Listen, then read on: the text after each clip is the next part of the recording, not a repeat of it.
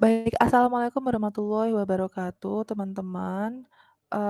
Kita bertemu lagi di pertemuan keempat.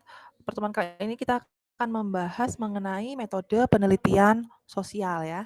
Di sini akan saya jelaskan sedikit, eee, apa namanya, untuk bab 3 metode skripsi itu seperti apa sih, kualitatif seperti apa, kuantitatif seperti apa, gitu ya.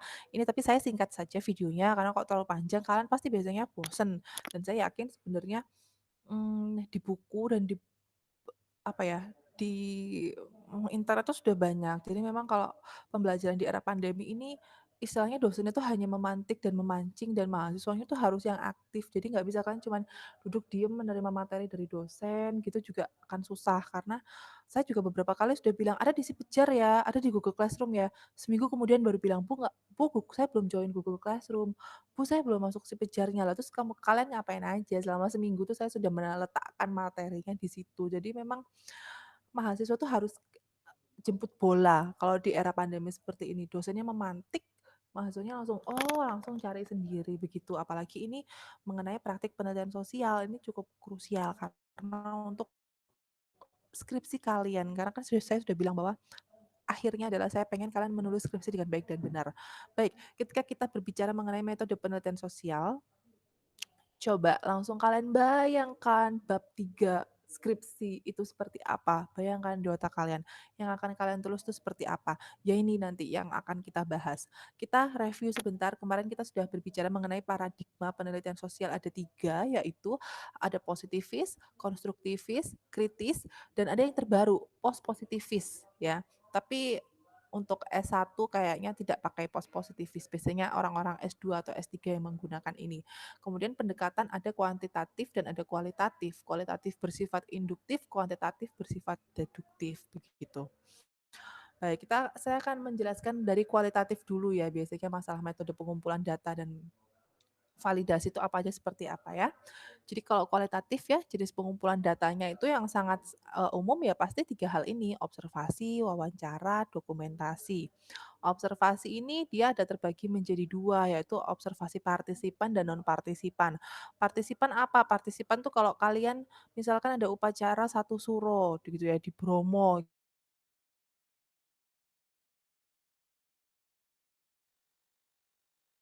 Berarti non-partisipan. Kemudian ada wawancara, of course ini adalah salah satu pengumpulan data paling kaya dalam kualitatif. Dalam wawancara itu ada wawancara tertutup terbuka. Wawancara terbuka itu berarti tidak menutup kemungkinan menanyakan hal-hal lain yang tidak sesuai dengan list pertanyaan. Biasanya kalau mahasiswa bimbingan ke saya, "Bu, ini, list pertanyaan saya untuk wawancara," gitu. Misalnya ada 10, ya saya bilang bahwa jangan berpatokan dengan 10. Ketika informan menjawab, perhatikan. Ketika kamu merasa ada hal yang menarik, tanyakan lagi, "Oh jadi ini ya Bu ya? Oh jadi gini? Oh jadi gini?" Gitu. Terus digali terus sampai menemukan kejenuhan data, sampai merasa udah itu informan udah nggak bisa memberitahu hal baru lagi. Kemudian ada dokumentasi. Dokumentasi itu kayak data, jumlah, deskripsi kerja, gambar, grafik, dan sebagainya itu termasuk dokumentasi. Angka-angka itu juga termasuk dokumentasi. Jadi angka-angka tidak hanya berada di penelitian kualitatif saja. Kemudian kalian menentukan sampel informan kualitatif itu seperti apa sih dengan yang mau diwawancara. Yang pertama ada purposive sampling ya. Jadi ini memang karakteristik yang unik atau pengalaman, eee, sejalan dengan terbentuknya kategori teoritis atau konsep nih. Jadi contohnya gini, saya pernah mau meneliti tentang, budaya patriarki dalam sebuah keluarga. Yang saya teliti adalah ibu-ibu rumah tangga, karena ibu-ibu rumah tangga dia tidak bekerja, ya kan, dia stay at home dan dia punya anak perempuan. Karena saya pengen lihat bagaimana dia menurunkan nilai-nilai patriarki ke anak perempuannya itu seperti apa, begitu. Jadi saya sudah jelas sampelnya, seorang ibu tidak bekerja, punya anak perempuan. Terus nggak punya pembantu waktu itu saya, jadi dia melakukan apa-apa sendiri gitu. Nah kalau misalnya ibunya bekerja, punya anak perempuan nggak bisa, tidak bekerja, anaknya laki-laki nggak bisa juga gitu. Itu namanya purposive sampling, dari awal sudah menentukan siapa yang mau diwawancara. Kemudian ada snowball sampling, jadi informannya memberitahu perisetnya, yang sama kayak informan tuh siapa. Misalkan kalian mau wawancarai Awkarin nih, "Awkarin pernah di-endorse sama ini nggak?" "Oh iya," gitu. Tahu nggak sih Awkarin yang pernah di-endorse sama ini siapa lagi gitu? Oh si C, si D, si E gitu. Nah, berarti baru kalian ke si C, baru kalian ke si D, kayak seperti itu. Kemudian sampel kemudahan, periset memilih dari individu yang telah tersedia. Jadi kayak misalkan kalian ingin mewawancarai kajur-kajur di Fakultas Ilmu Sosial. Nah, sudah tersedia ada 4 kajur di Fakultas Ilmu Sosial, ya sudah nggak usah dipilih, langsung diwawancarai saja. Itulah yang, dinamakan dengan sampel kemudahan. Nah, kemudian ada validasi data di kualitatif itu seperti apa? Ada triangulasi, member check, peer examination, FGD, dan auditing. Kalau triangulasi ini dia, mengumpulkan data dari berbagai sumber, nanti dilihat, ujungnya ini seperti apa, hasilnya seperti apa. Nah, kalau skripsi sih fokus di triangulasi aja ya, yang lainnya kalian cukup tahu, karena yang lain ini, eee, melibatkan pihak lain ya, jadi kayak FGD ada teman sejawat, auditing meminta orang dari luar proyek. Jadi cukup mahal, apalagi dalam penelitian gini-gini biasanya kita harus ngasih fee. Sementara kalau triangulasi ini bisa dilakukan oleh peneliti sendiri. Jadi ketika skripsi, fokusnya di triangulasi saja. Nah, ini adalah, step-step penelitian kuantitatif. Tadi kualitatif ya, kita ngomong kualitatif, ini proses kuantitatif. Saya tidak mau berbicara tentang sampel, teknik, purposive sampling-sampling, karena saya yakin kalian pasti sudah diajarkan, apalagi di statistik itu sudah diajarkan ya. Saya berasumsi kalian udah paham, udah mastering banget hal ini gitu. Intinya adalah step-stepnya dalam menulis skripsi, kayak gini, kumpulan teori, konsepnya apa, hipotesisnya gimana, uji sampelnya apa, buat kesimpulannya umum. Jadi misalkan kesimpulannya kuantitatif tuh ingat ya, kesimpulan kuantitatif itu umum. Jadi ketika dibilang seluruh mahasiswa sosiologi angkatan 2018 mahir menggunakan TikTok. Ya walaupun ada 10 orang yang nggak mahir pakai TikTok, bodo amat, orang hasilnya berdasarkan surveiku pada mahir kok, kayak gitu. Jadi digeneralisasi. Sementara kalau kualitatif, dia pasti kesimpulannya suka aneh-aneh, unik, dan berdasarkan interpretasi si peneliti sendiri. Kalau kuantitatif dia nggak bisa berinterpretasi sendiri karena dia ada hasilnya, ada datanya tuh di situ tuh kan. Menurut datanya pada mahir bikin TikTok gitu. Nah, kalau kualitatif nih bisa aja entar hasilnya apa, yang mahir adalah yang ini, mahir karena begini, oh tidak mahir karena kurang percaya diri. Nah, ini banyak banyak apa ya, banyak bahasanya sendiri kalau kualitatif itu yang membedakan ya. Ini lagi ya format penelitian kuantitatif seperti ini ya. Ya, kalian bikin dulu nih paradigmanya apa ya kan, kemudian penelitiannya kuantitatif, terus kan tentang eksplanasi pasti eksperimen jarang ya, apalagi kecuali nih kalian anak MIPA, tapi karena kita anak sosial kita survei pasti, menggunakan survei. Nah, penyusunan laporannya kayak gini, kita langsung lihat aja di yang nomor 2 sama nomor 3 aja ya. Landasan teori di sini kalian merumuskan hipotesis karena kalian pengen menguji ini teori beneran oke apa enggak nih. Gitu aja kalau kuantitatif. Berarti, oh sesuai dengan teori, oh tidak sesuai dengan teori, udah selesai. Makanya kan saya bilang kalau masih S1 tuh enak kuantitatif gitu. Kemudian metodologinya nih, metode penelitiannya apa, samplingnya, teknis pengumpulan data, karena di sinilah prosedur pengujian hipotesis yang telah kalian buat. Jadi kalian bikin-bikin hipotesis sendiri, kalian menguji-menguji hipotesis sendiri, terus kalian sendiri menyatakan ini sesuai atau tidak dengan teori. Selesai.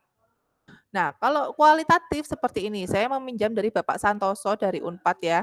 Kita langsung lihat metode penelitiannya yang di sini, ada unit analisis, informan, teknik pengumpulan data, yaitu ya pengumpulan data tuh kayak tadi, observasi, wawancara, bla bla bla.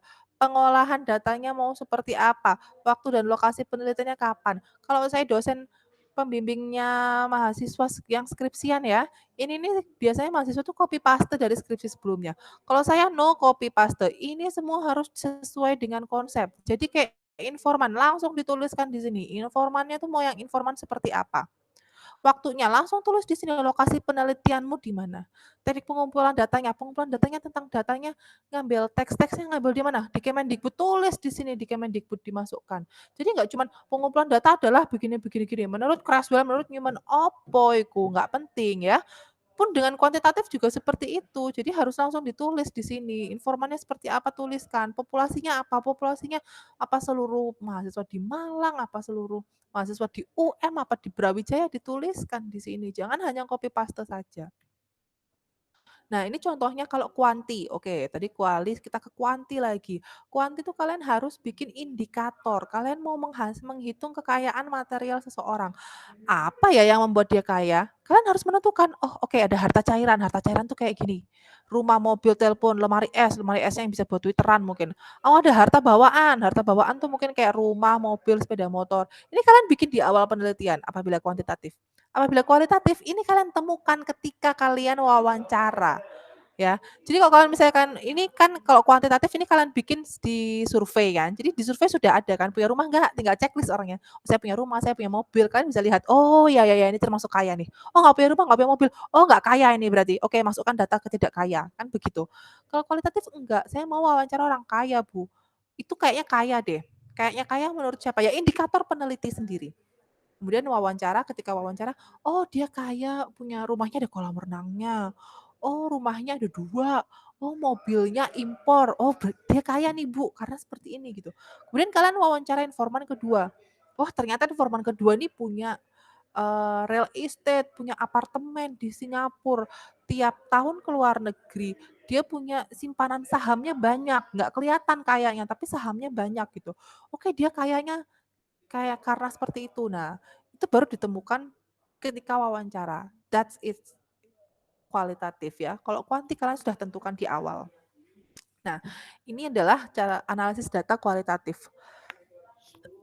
Jadi nanti di metode tuh biasanya saya minta bikin bagan step-step penelitianmu seperti apa.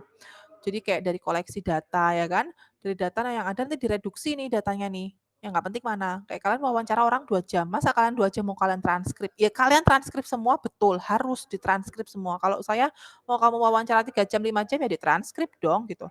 Tapi apakah dari 3 jam, 5 jam itu semua kepakai datanya kan ya enggak. Maka dari reduksi ini nanti yang disajikan yang mana ya, yang disajikan yang sesuai teori dan konsep yang mana, baru kesimpulan. Gampang ya, nampak gampang, tapi ingat, proses koleksi dan reduksi data ini tidak mudah, panjang. Karena orang ngomong, kayak saya ngomong gini, kamu transkrip, kamu bisa transkrip 10 menit, kan ya enggak. Pasti 1 jam, 2 jam kalian mentranskrip omongan saya. Dan saya kalau transkrip tuh saya minta harus sesuai dengan yang dia ngomongin. Dia ngomong bahasa Jawa, transkrip pun bahasa Jawa. Dia ngomong bahasa Madura, transkrip pun bahasa Madura. Kamu translate sendiri di sebelahnya. Kalau saya dosen pembimbingnya saya gitu kan, ya. Karena itu penting, esensi orang ngomong bahasa apa ketika diwawancara itu juga penting. Kualitatif cukup seperti ini. Kuantitatif, panjang, latar belakang, rumusan, landasan teori, hipotesis, gitu.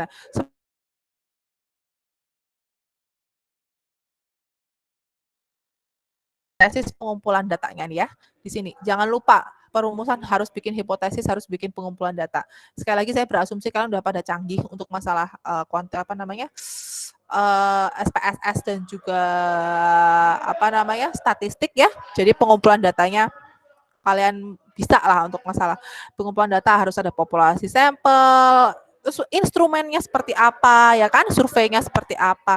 Terus instrumennya harus diuji kalau saya ya. Jadi kayak misalkan kalian mau nanya ke 500 orang, diuji dulu. Tanya ke 20 atau 50 orang dulu. Dia valid atau tidak seperti itu. Nah, oke. Sudah sampai sini saja penjelasan saya. Yang penting saya tuh kalian tuh sudah ada bayangan nanti tuh di bab 3 tuh yang dituliskan itu apa. Untuk follow up-nya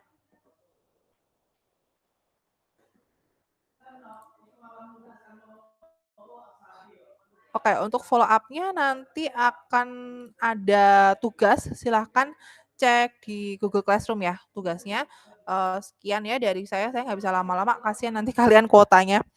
Sekian dari saya, kita akan bertemu minggu depan, mungkin saya akan bikin short video kayak gini. Jangan lupa pertemuan ke-6, which is 2 minggu lagi kita akan, eee, Google Meet ya. Jadi tolong disiapkan, kuotanya, disiapkan juga sinyal karena biasanya banyak yang bilang, "Bu, rumah saya nggak ada sinyal," gitu.